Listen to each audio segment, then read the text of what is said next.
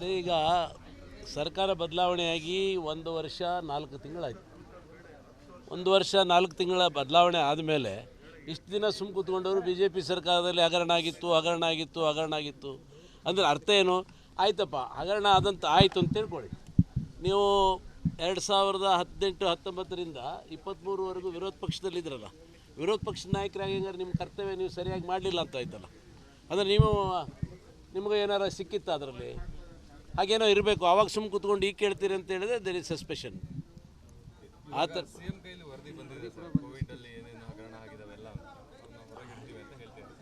ಸರಿ, ಅವ್ರು ಹೊರಗಿಡ್ತೀವಿ ಅಂತ ಗೌರವವಾಗಿ ಹೇಳ್ತಾರೆ. ಅವ್ರು ಇನ್ನೊಬ್ರು ಬಿಚ್ಚಿಡ್ತೀವಿ ಅಂತಾರೆ.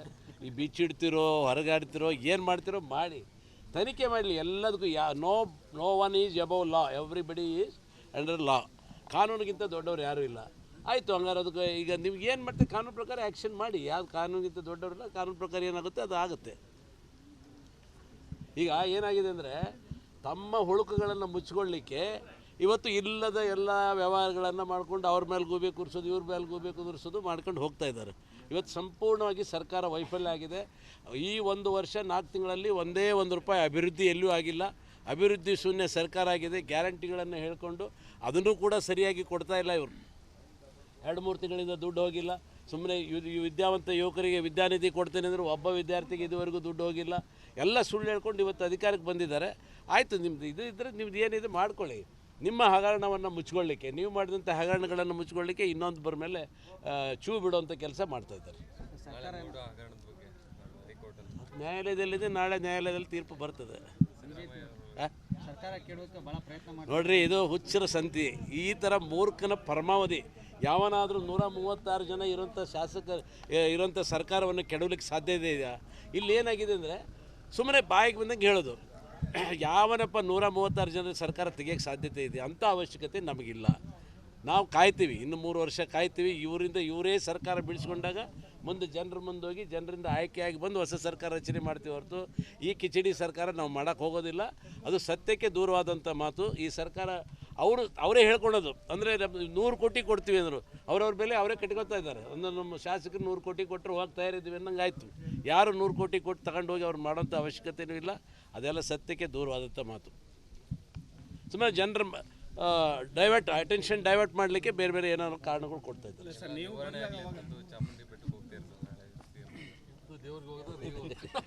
17 ಜನ MLAಗಳು ಅವಾಗಲೂ ರಾಜೀನಾಮೆ ಕೊಡ್ತಾರನ್ನೋ ಥರನೇ ಇತ್ತು ಸರ್. ಅವತ್ತು ಪಾಸಿಬಿಲಿಟಿ ಇತ್ತು, ಇವತ್ತು ಸಾಧ್ಯ ಇಲ್ಲ. ಅದು ಅವತ್ತು ಸಾಧ್ಯತೆ ಇತ್ತು. 10-15 ಜನ ಬಂದರೆ ಚೇಂಜ್ ಆಗೋಂಥ ಸಾಧ್ಯತೆ ಇತ್ತು. ಇವತ್ತು ಆ ಥರ ಇಲ್ಲ. ಯಾಕೆ ಅಂತ ಹೇಳಿದರೆ, ಅಷ್ಟು ದೊಡ್ಡ ಪಟ್ಟಿಯನ್ನು 90 ಜನ ಶಾಸಕರು ಬರ್ಬೇಕ್ರಿ. ಹೊರಗಡೆ ಬಂದು ಸರ್ಕಾರ ರಚನೆ ಆಗಬೇಕು ಅಂತ ಹೇಳಿದ್ರೆ, ಅವ್ರಿಗೆ ಬೀಳಿಸ್ಬೇಕು ಅಂದರೆ 90 ಜನ ಶಾಸಕರು ಹೊರಗೆ ಬರೋಕ್ಕೆ ಸಾಧ್ಯತೆ ಇದೆಯಾ?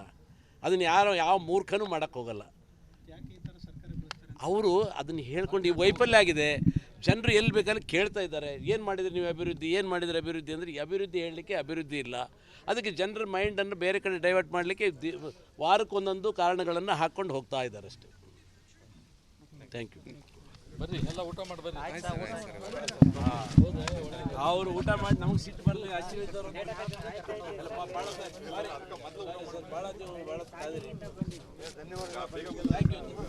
ನೋಡಿ, ಈಗ ಸರ್ಕಾರ ಬದಲಾವಣೆಯಾಗಿ 1 ವರ್ಷ 4 ತಿಂಗಳಾಯಿತು. 1 ವರ್ಷ 4 ತಿಂಗಳ ಬದಲಾವಣೆ ಆದಮೇಲೆ ಇಷ್ಟು ದಿನ ಸುಮ್ಮ ಕೂತ್ಕೊಂಡವರು ಬಿ ಜೆ ಪಿ ಸರ್ಕಾರದಲ್ಲಿ ಹಗರಣ ಆಗಿತ್ತು ಅಂದರೆ ಅರ್ಥ ಏನು? ಆಯ್ತಪ್ಪ, ಹಗರಣ ಆದಂತ ಆಯಿತು ಅಂತ ತಿಳ್ಕೊಳ್ಳಿ. ನೀವು 2018-19ರಿಂದ 23ವರೆಗೂ ವಿರೋಧ ಪಕ್ಷದಲ್ಲಿದ್ದರಲ್ಲ, ವಿರೋಧ ಪಕ್ಷದ ನಾಯಕರಾಗಿ ಹೆಂಗಾರೆ ನಿಮ್ಮ ಕರ್ತವ್ಯ ನೀವು ಸರಿಯಾಗಿ ಮಾಡಲಿಲ್ಲ ಅಂತ ಆಯ್ತಲ್ಲ. ಅಂದರೆ ನಿಮಗೆ ಏನಾರ ಸಿಕ್ಕಿತ್ತು ಅದರಲ್ಲಿ? ಹಾಗೇನೋ ಇರಬೇಕು. ಆವಾಗ ಸುಮ್ಮ ಕೂತ್ಕೊಂಡು ಈಗ ಕೇಳ್ತೀರಿ ಅಂತ ಹೇಳಿದ್ರೆ ದೇರ್ ಇಸ್ ಸಸ್ಪೆಷನ್. ಆ ಥರ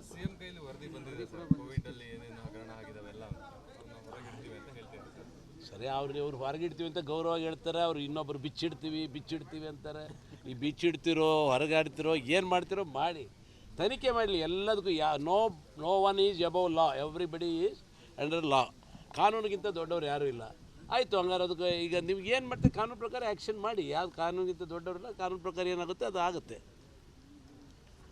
ಈಗ ಏನಾಗಿದೆ ಅಂದರೆ, ತಮ್ಮ ಹುಳುಕುಗಳನ್ನು ಮುಚ್ಚಿಕೊಳ್ಳಿಕ್ಕೆ ಇವತ್ತು ಇಲ್ಲದ ಎಲ್ಲ ವ್ಯವಹಾರಗಳನ್ನು ಮಾಡ್ಕೊಂಡು ಅವ್ರ ಮೇಲೆ ಗೂಬೆ ಕೂರಿಸೋದು ಇವ್ರ ಮೇಲೆ ಗೂಬೆ ಕುದುರಿಸೋದು ಮಾಡ್ಕೊಂಡು ಹೋಗ್ತಾ ಇದ್ದಾರೆ. ಇವತ್ತು ಸಂಪೂರ್ಣವಾಗಿ ಸರ್ಕಾರ ವೈಫಲ್ಯ ಆಗಿದೆ. ಈ 1 ವರ್ಷ 4 ತಿಂಗಳಲ್ಲಿ ಒಂದೇ ₹1 ಅಭಿವೃದ್ಧಿ ಎಲ್ಲೂ ಆಗಿಲ್ಲ. ಅಭಿವೃದ್ಧಿ ಶೂನ್ಯ ಸರ್ಕಾರ ಆಗಿದೆ. ಗ್ಯಾರಂಟಿಗಳನ್ನು ಹೇಳ್ಕೊಂಡು ಅದನ್ನು ಕೂಡ ಸರಿಯಾಗಿ ಕೊಡ್ತಾ ಇಲ್ಲ ಇವರು. 2-3 ತಿಂಗಳಿಂದ ದುಡ್ಡು ಹೋಗಿಲ್ಲ.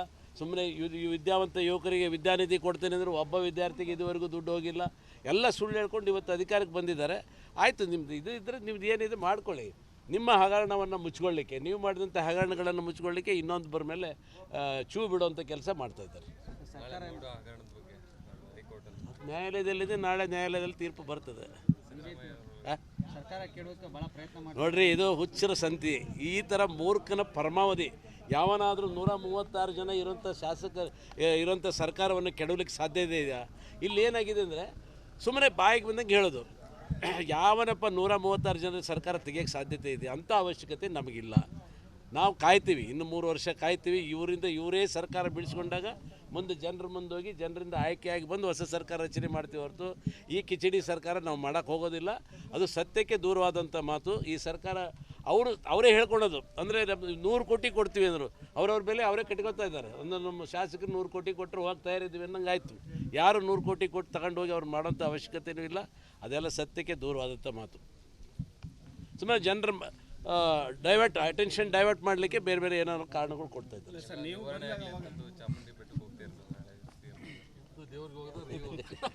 17 ಜನ MLAಗಳು ಅವಾಗಲೂ ರಾಜೀನಾಮೆ ಕೊಡ್ತಾರನ್ನೋ ಥರನೇ ಇತ್ತು ಸರ್. ಅವತ್ತು ಪಾಸಿಬಿಲಿಟಿ ಇತ್ತು, ಇವತ್ತು ಸಾಧ್ಯ ಇಲ್ಲ. ಅದು ಅವತ್ತು ಸಾಧ್ಯತೆ ಇತ್ತು. 10-15 ಜನ ಬಂದರೆ ಚೇಂಜ್ ಆಗೋಂಥ ಸಾಧ್ಯತೆ ಇತ್ತು. ಇವತ್ತು ಆ ಥರ ಇಲ್ಲ. ಯಾಕೆ ಅಂತ ಹೇಳಿದರೆ ಅಷ್ಟು ದೊಡ್ಡ ಪಟ್ಟಿಯನ್ನು 90 ಜನ ಶಾಸಕರು ಬರ್ಬೇಕ್ರಿ. ಹೊರಗಡೆ ಬಂದು ಸರ್ಕಾರ ರಚನೆ ಆಗಬೇಕು ಅಂತ ಹೇಳಿದ್ರೆ ಅವ್ರಿಗೆ ಬೀಳಿಸ್ಬೇಕು ಅಂದರೆ 90 ಜನ ಶಾಸಕರು ಹೊರಗೆ ಬರೋಕ್ಕೆ ಸಾಧ್ಯತೆ ಇದೆಯಾ? ಅದನ್ನು ಯಾವ ಮೂರ್ಖನೂ ಮಾಡೋಕ್ಕೆ ಹೋಗಲ್ಲ. ಅವರು ಅದನ್ನು ಹೇಳ್ಕೊಂಡು ಈ ವೈಫಲ್ಯ ಆಗಿದೆ. ಜನರು ಎಲ್ಲಿ ಬೇಕಲ್ಲಿ ಕೇಳ್ತಾ ಇದ್ದಾರೆ, ಏನು ಮಾಡಿದರೆ ನೀವು ಅಭಿವೃದ್ಧಿ, ಏನು ಮಾಡಿದರೆ ಅಭಿವೃದ್ಧಿ ಅಂದರೆ ಅಭಿವೃದ್ಧಿ ಹೇಳಲಿಕ್ಕೆ ಅಭಿವೃದ್ಧಿ ಇಲ್ಲ. ಅದಕ್ಕೆ ಜನರ ಮೈಂಡನ್ನು ಬೇರೆ ಕಡೆ ಡೈವರ್ಟ್ ಮಾಡಲಿಕ್ಕೆ ವಾರಕ್ಕೊಂದೊಂದು ಕಾರಣಗಳನ್ನು ಹಾಕ್ಕೊಂಡು ಹೋಗ್ತಾ ಇದ್ದಾರೆ ಅಷ್ಟೇ. Thank you. ಬರ್ರಿ, ಎಲ್ಲ ಊಟ ಮಾಡಿ ಬರ್ರಿ. ಅವರು ಊಟ ಮಾಡಿ ನಮಗೆ ಸಿಟ್ಟು ಬರಲಿ.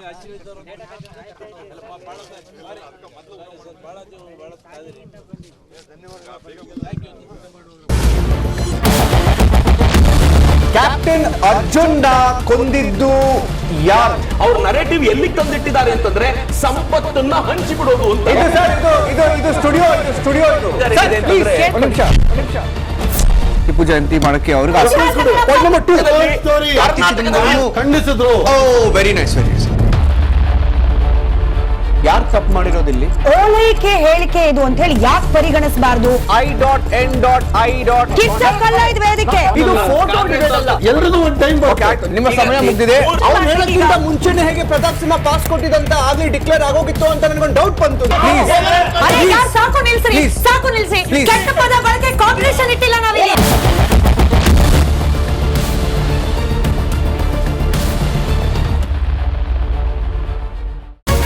ರಿಪಬ್ಲಿಕ್ ವರ್ಲ್ಡ್ ಆಪ್ ಇದು ಕೇವಲ ಅಪ್ಲಿಕೇಶನ್ ಅಲ್ಲ, ಸಮಗ್ರ ಸುದ್ದಿಗಳ ಸಂಪರ್ಕ ಮಾರ್ಗಕ್ಕೆ ಕ್ರಾಂತಿಕಾರಿ ಬದಲಾವಣೆ. ರಿಪಬ್ಲಿಕ್ ವರ್ಲ್ಡ್ ಆಪ್ ಕೇವಲ ಸುದ್ದಿ ಅಪ್ಲಿಕೇಶನ್ ಪರಿಚಯಿಸ್ತಾ ಇಲ್ಲ, ಬದಲಾಗಿ ಡಿಜಿಟಲ್ ಸುದ್ದಿ ಬಳಕೆಯ ಹೊಸ ಯುಗಕ್ಕೆ ನಾಂದಿ ಹಾಡ್ತಾ ಇದೆ. ಇದೊಂದು ಬ್ರೇಕಿಂಗ್ ನ್ಯೂಸ್, ಪ್ರಭಾವಶಾಲಿ ಕಾರ್ಯಕ್ರಮಗಳಿಗೆ ಗಟ್ಟಿಯಾದ ನ್ಯೂಸ್. ಇಲ್ಲಿ ಕೇವಲ ತಾಜಾ ಸುದ್ದಿ, ಅದರ ನೇರ ಪ್ರಸಾರ ಮತ್ತು ಚರ್ಚೆಗಳಿಗೆ ಮಾತ್ರ ಅವಕಾಶ. ರಿಪಬ್ಲಿಕ್ ವರ್ಲ್ಡ್ ಆಪ್ ಡೌನ್ಲೋಡ್ ಮಾಡಿಕೊಳ್ಳಿ. ಗೂಗಲ್ ಪ್ಲೇಸ್ಟೋರ್ ಮತ್ತು ಆಪಲ್ ಆಪ್ ಸ್ಟೋರ್ನಲ್ಲಿ ಲಭ್ಯವಿದೆ.